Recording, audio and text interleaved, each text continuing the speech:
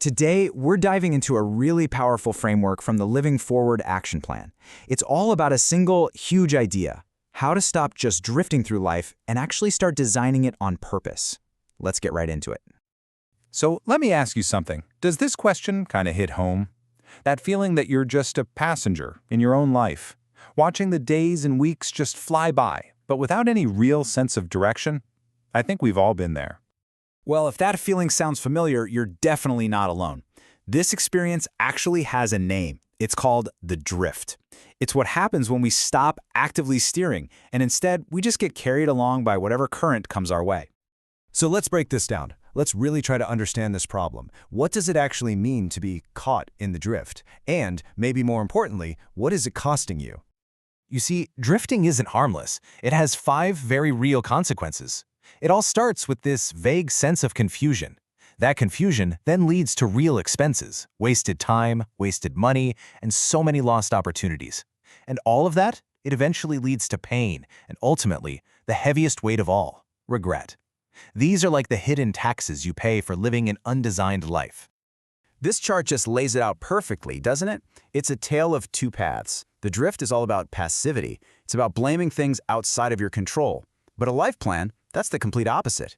It's about being proactive, taking responsibility, and actually having a plan that you work on. One is the default setting. The other is a deliberate, powerful choice. Okay, so if the drift is the problem, the big question is, what's the solution? Well, that brings us to the main tool we can use to get back on course. It's called the life plan.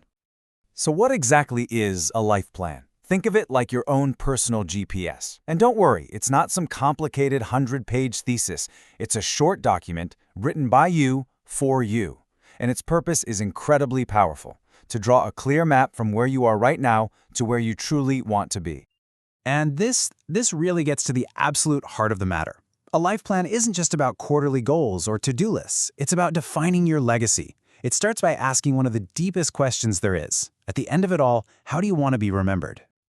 So, what's the payoff for doing this work? Well, it's huge. Once you clarify your priorities, you start to feel more balanced almost automatically. Your plan becomes a filter, right? It makes it so much easier to say yes to the right things and no to the distractions. And all of this creates a vision for your future that actually pulls you forward, helping you avoid all those regrets we were just talking about. All right, hopefully by now you're sold on the why. So let's get into the how. How do you actually sit down and create this game-changing document for yourself? And the great news is, the process is refreshingly simple. It's broken down into just 3 manageable steps. You actually start at the end, by designing the legacy you want to leave behind. From there, you work backward to figure out your most important priorities. And then finally, you chart the course with specific actions to make it happen. Let's focus on that first step for a second: designing your legacy. See, your legacy isn't just about money. It's about the capital you leave behind in every area of life. So you ask yourself, what wisdom, what values, what kind of relationships and impact do I want to pass on? The answers to those questions become the rock-solid foundation for your entire plan. Now, a fantastic way to figure out your priorities is to think of your life as having 3 main accounts or circles. You've got the circle of being, that's your inner world, your spiritual, intellectual, and physical health. Then there's the circle of relating, your most important relationships. And finally, the circle of doing, your job, your finances, your hobbies. A truly great life plan makes sure you're investing in all 3. Okay, this next part is absolutely crucial. This is where the rubber meets the road. Because you can write the most beautiful, inspiring plan in the world, but if it just sits in a drawer somewhere, it's useless, right? So how do you actually bring it to life? First, you have to understand this key psychological principle. It's called the law of diminishing intent. Basically, it means that the moment you feel inspired to do something is the moment your motivation is at its absolute peak. Every single day you wait, that intention gets a little bit weaker. The takeaway here is crystal clear. Schedule a day to do this, and do it soon. And once your plan is created, you keep it alive with a really simple rhythm. You give it a quick read every day, just to keep your priorities top of mind.